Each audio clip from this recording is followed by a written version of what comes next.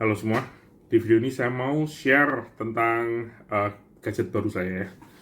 Saya barusan beli ini Legion Tab 3, ini tablet mini 8,8 inch yang memang speknya untuk gaming. Dan di video ini saya mau share semuanya tentang penggunaannya. Lagi ya, dibandingkan dengan tablet yang lain, mungkin saya juga punya beberapa tablet. Saya hobinya koleksi tablet. Terus mungkin untuk aksesoris ya, misalnya gamepad, saya juga ada beberapa gamepad. Jadi saya akan share juga gamepad mana yang paling baik menurut saya. Selain itu aksesoris juga ya, saya kemarin juga beli ini ya, terpisah. Ini pennya dari Lenovo untuk tabletnya, stylusnya, dan juga aksesoris yang lain ya. Saya kemarin juga beli case tambahan ya, dan alasan kenapa saya beli ini. Oke, kita mulai reviewnya.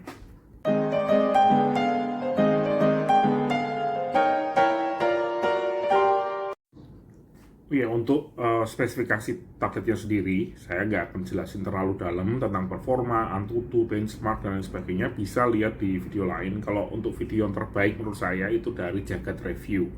Dia juga review yang spesifikasinya sama dengan yang saya beli, yaitu 16 GB 512. Jadi kalau tertarik untuk lihat spesifikasi, terus kecerahan layar, suara, baterai, dan lain sebagainya, bisa lihat di reviewnya itu aja.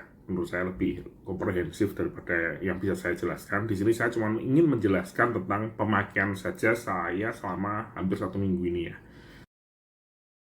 Oke, pertama ketika beli tablet ini ya, yang saya rasain itu aksesorisnya banyak. Kita dapat charger 68 watt dan cukup oke ya.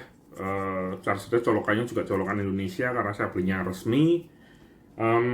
ROM-nya juga bukan yang China, jadi semuanya siap pakai. Dan harganya saya dapat murah banget, menurut saya itu murah banget ya, 7,1 juta.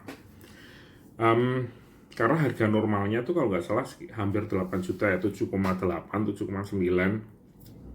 Jadi kemarin dapat harga yang cukup oke, jadi saya ambil yang versi yang tingginya sekalian. Karena kan ini ada dua versi, yang RAM-nya 12 sama yang RAM-nya 16. Di paket penjualan juga ada casing. Jadi ada ini ya, case bentuknya seperti ini case-nya. Kok ada yang, jadi yang diproteksi di case ini cuman ujung-ujungnya aja sama back-nya. Jadi sini ya, pinggir-pinggirnya tuh nggak ada proteksinya sama sekali. Tapi enaknya lagi pakai case ini, itu ada penutupnya juga, dan penutupnya itu magnetik. Jadi bisa dipasang seperti ini, nah, dan bisa ditutup seperti ini. Jadi kurang lebih ini yang menurut saya cukup keren sih ya, konsep seperti ini. Dan kalau mau dijadikan stand juga bisa, karena ini ada magnetnya ya.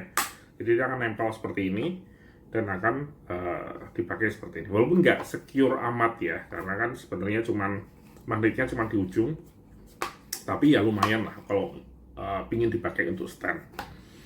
Dan ya cukup oke. Yang jadi masalah sama aksesoris ini, karena yang diproteksi itu yang bagian pinggir-pinggirnya itu nggak diproteksi. Dan saya nggak tahu ya, mungkin tangan saya yang agak licin, hari pertama itu jatuh 2 kali. Jadi dari kasur jatuh sekali, terus di meja jatuh, dari meja cuman ini ya, cuman mungkin sekitar mungkin 10-20 cm lah ya, jatuh kena meja. Dan hasilnya ada 2 dent di sini. Yang pertama ini ya dari kasur ya, jatuh dari kasur. Ini dent sedikit, untungnya nggak sampai pecah ya, jadi cuman ada dent di ujung sini dan di ujung sini. Nggak terlalu kelihatan, tapi ya kalau dipakai gini sih pasti kelihatan ya. Dan karena itulah saya mikir, wah kayaknya perlu beli casing yang lebih mumpuni daripada yang bawaannya. Jadinya saya kemarin beli, cari-cari di toko online dan dapet casingnya kayak gini. Di toko yang sama juga jual casing yang original seperti ini, harganya 115 atau 120 ribu. dan ini harganya 90.000 kalau nggak salah.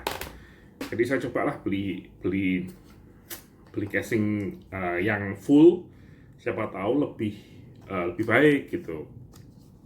Dan saya juga lihat kalau di casingnya ini ada kayak garisnya gini juga modelnya. Saya pikir juga bisa dipakai untuk magnet, untuk penutupnya ternyata nggak bisa. Dan ini casingnya juga setelah saya coba itu kualitasnya nggak terlalu bagus ya, jelek.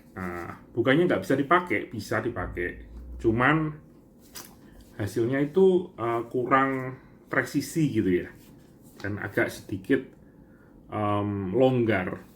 Jadi longgarnya nggak terasa amat sih, tapi kelihatan kok.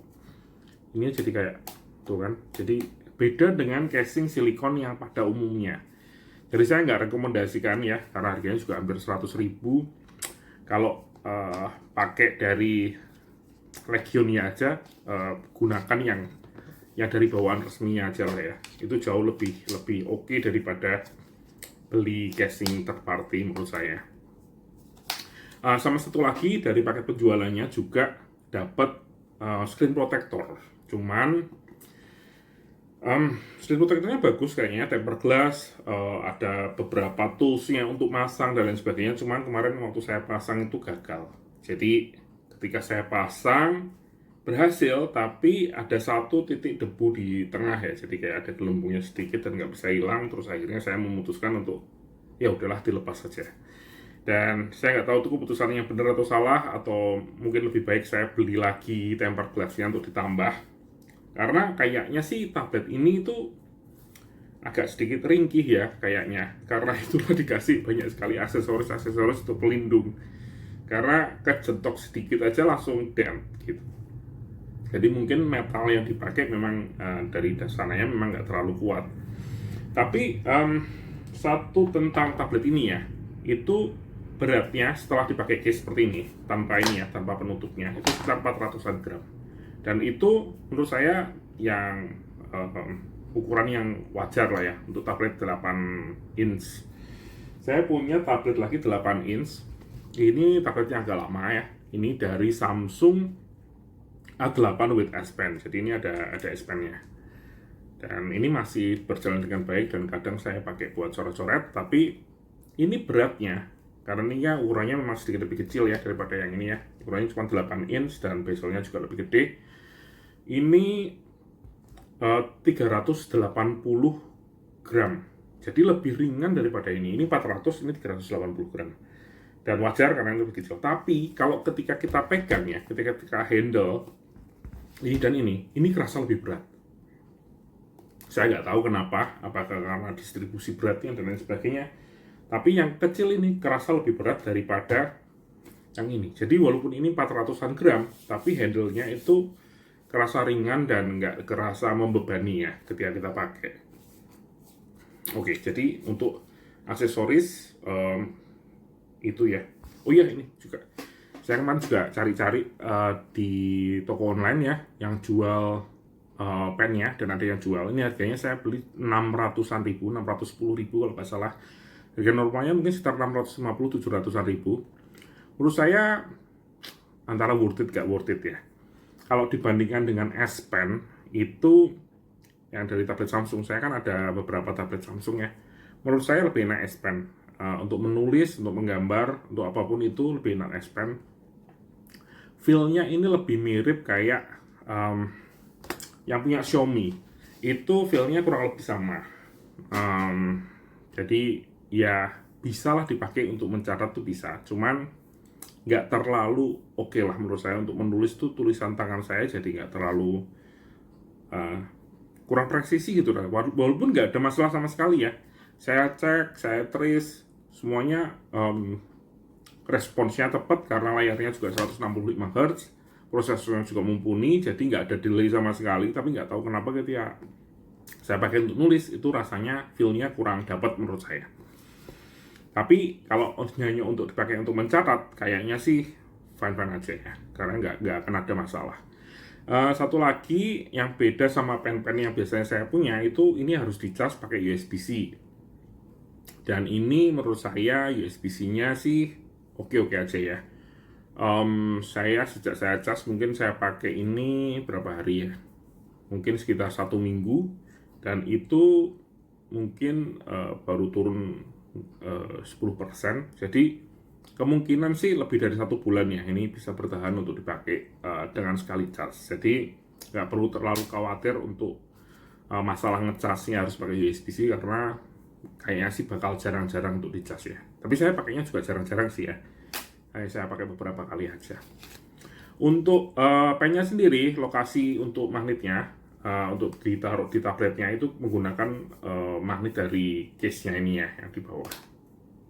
Jadi kalau kita pakai tutup di bawahnya sini, tertutup, itu kita bisa taruh di sini. Atau di atas juga bisa, tapi nggak terlalu secure ya. Karena di atas juga ada magnetnya, tapi ya kurang pas di bawah sini. Jadi posisinya agak sedikit aneh ya, saya nggak terlalu suka posisi yang ada di sini, karena kalau ditaruh di tas pasti akan lepas dan pasti akan hilang. Tapi ya, untuk dibawa-bawa seperti ini sih masih oke menurut saya. Kita lanjut ke masalah softwarenya. Dari softwarenya sendiri sih, menurut saya softwarenya atau UI-nya dari sini, fiturnya tuh banyak ya. Ada fitur untuk desktop mode, bahkan bisa ditaruh di eksternal juga, karena USB-nya kan ada 2 ya. USB-nya ada di sini yang untuk ngecas saja, USB 2, dan yang di tengah sini ya di bawah itu bisa USB 3 dan bisa display out. Dan softwarenya juga bisa extend layar juga, jadi nggak cuma mirroring tapi juga bisa extend, jadi benar-benar bisa dipakai kayak laptop atau ya kayak PC lah.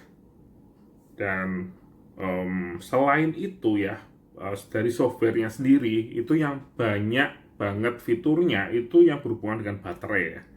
Jadi pengaturan baterainya itu menurut saya komplit, bisa pass through baterai. Jadi baterai kalau kita kecas di sini, baterainya nggak akan dipakai, jadi powernya semua dari casnya langsung, sehingga baterainya jadi lebih awet. Ada pengaturan untuk maksimal baterainya bisa kita atur cuman maksimal 80%, jadi dia nggak akan ngecas setelah lebih dari 80%. Terus ada beberapa fitur tambahan lainnya ya. Untuk baterai komplit, tapi untuk fitur UI-nya sendiri, untuk tampilan ininya ya, menurut saya fiturnya sih nggak terlalu banyak, tapi cukup solid. Dan saya nggak melihat ada terlalu banyak bug ya. Beda sekali sama Xiaomi. Ketika saya pakai tabletnya Xiaomi, Xiaomi Pad ini, Xiaomi Pad 6 kalau nggak salah, itu itu UI-nya itu sangat menyebalkan untuk dipakai ya. Kayak mau nge-resize widget nggak bisa, error-error dan lain sebagainya. Banyak sekali permasalahan-permasalahan seperti itu. Sedangkan di sini, menurut saya dari segi UI-nya itu solid ya, hampir solid lah. Ada beberapa bug yang saya lihat, tapi nggak terlalu signifikan. Dan ketika saya hidupkan ini ya, langsung keluar update, dan sejak saya nyalain itu, saya ngupdate itu kalau nggak salah 4 atau 5 kali. Jadi update-nya banyak dan cukup signifikan, karena tampilan dari awal sampai yang terakhir ini itu cukup berbeda. Jadi kalau saya saranin untuk nyoba pakai tablet ini ya, mungkin langsung aja diupdate semuanya, dan cukup gede-gede ya update-annya. Jadi ya boleh dicoba aja di sini, dan bisa dipakai posisi portrait maupun posisi landscape dengan cukup nyaman. Kadang ada ya tablet yang di posisi portrait itu jadi kayak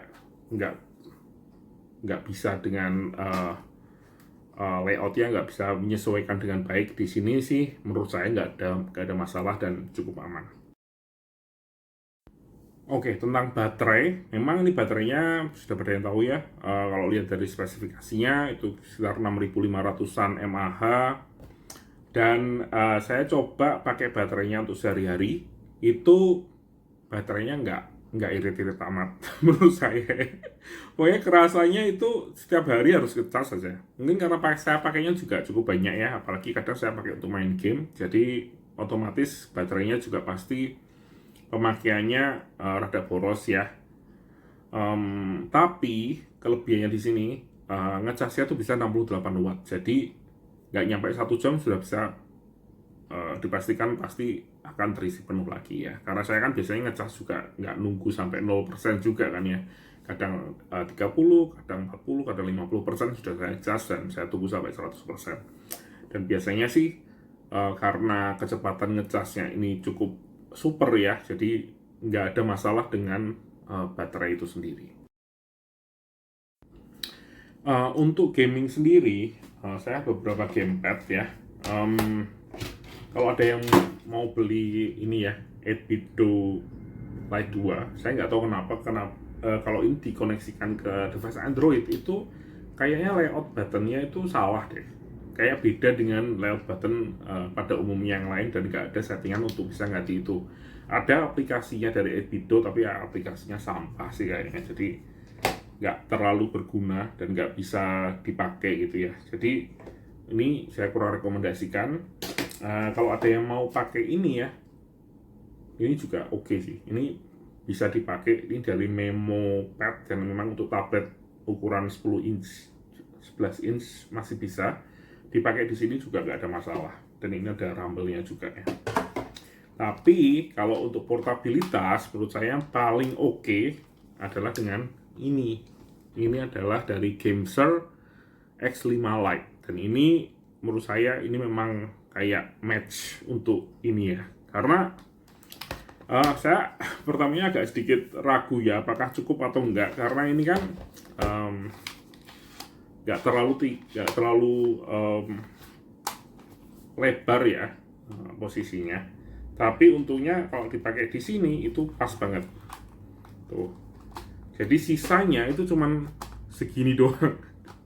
Jadi ini agak sedikit ngepas banget, tapi jadi sedikit lebih secure karena pairnya kan ketarik ya dengan cukup maksimal. Tapi jadinya ya enak banget dipakai ini ya. Yang jadi masalah ya pakai gamepad di ini, walaupun ini enak banget buat ngegame.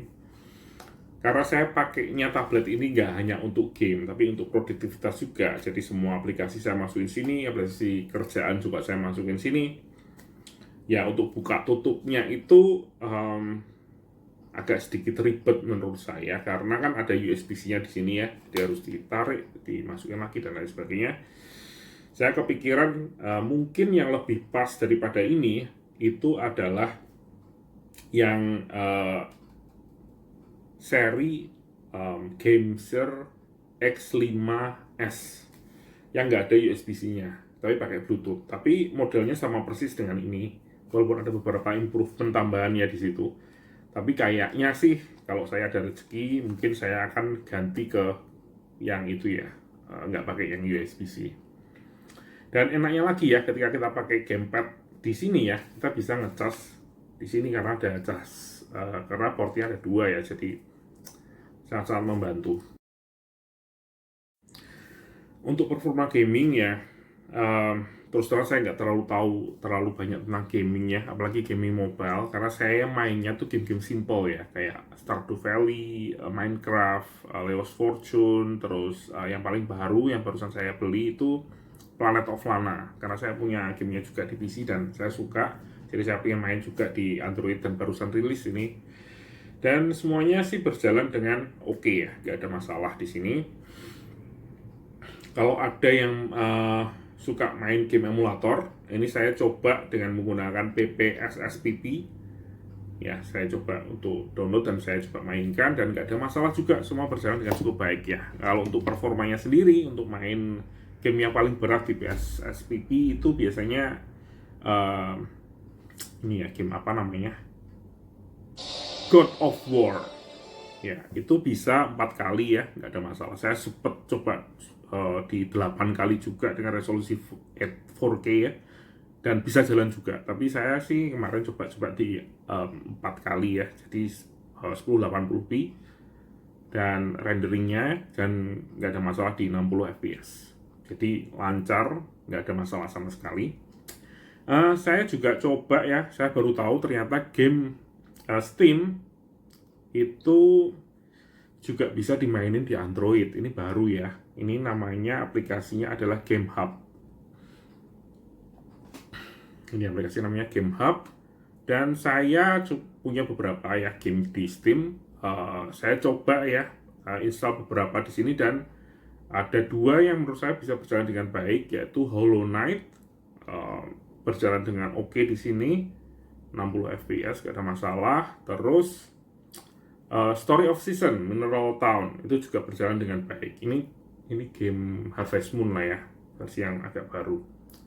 Terus tapi ya ada satu catatan ya, kalau kita main game PC di sini, itu saya saranin untuk ininya ya, settingannya itu kita jadikan maksimal ya. Karena kan di Legion ini itu ada beberapa settingannya.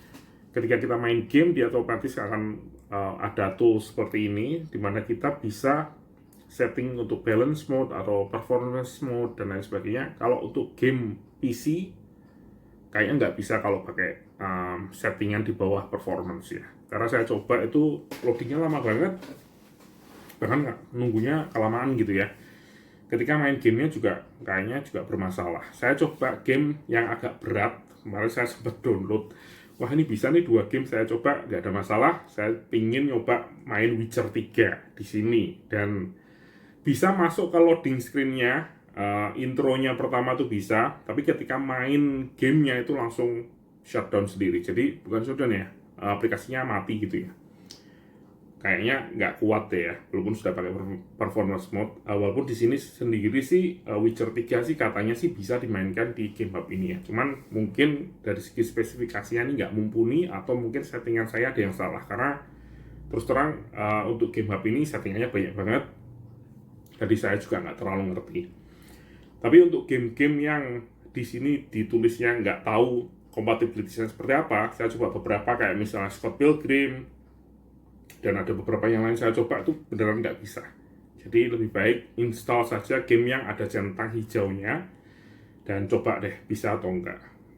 Kalau yang nggak ada centangnya mending skip deh, daripada ngabisin kuota ya data, ngabisin waktu buat download. Karena Witcher 3 kemarin saya coba download kan hampir 50 giga ya. Wah, sayang banget, lama banget nunggunya downloadnya, dan setelah ke-download ternyata nggak bisa jalan. Dan untuk kesimpulannya, menurut saya sih oke ya, nggak ada masalah. Ini adalah tablet 8 inch, ini tablet yang oke banget ya, apalagi dengan 16 GB dan 512 storage-nya. Bisa dipakai untuk apapun, untuk produktivitas oke, untuk media consumption menurut saya juga oke, karena di bawah-bawahnya juga enteng ya. Untuk nonton Netflix, YouTube dan lain sebagainya cukup nyaman. Terus untuk dipakai gaming juga oke juga. Dan ya saya saranin sih kalau yang suka main game pakai ini ya, Gameser X5. Mau pakai yang S boleh, yang pakai Bluetooth ya menurut saya lebih pas lagi ya daripada yang ini. Atau kalau mau pakai yang USB-C kayak punya saya dan harganya cukup murah ini, oke banget menurut saya. Cuman ya nggak enaknya bawanya ya, kalau dilepas pasang juga nggak enak. Cuman enaknya pakai ini ya, itu kita bisa tutup begini. Nah, jadi kita bisa masukin ke tas dengan posisi seperti ini. Ada pennya di sini, gamepadnya di sini, dan kita tinggal masukin aja. Terus kalau kita mau pakai, ya kita pakai juga nggak ada masalah. Dan di gamepadnya saya tambahin stand seperti ini ya, jadi bisa ditaruh begini ya. Jadi kalau mau dipakai nonton juga langsung bisa, tinggal dilepas saja covernya. Oke, itu aja dari saya. Terima kasih sudah menonton, dan sampai jumpa di video selanjutnya.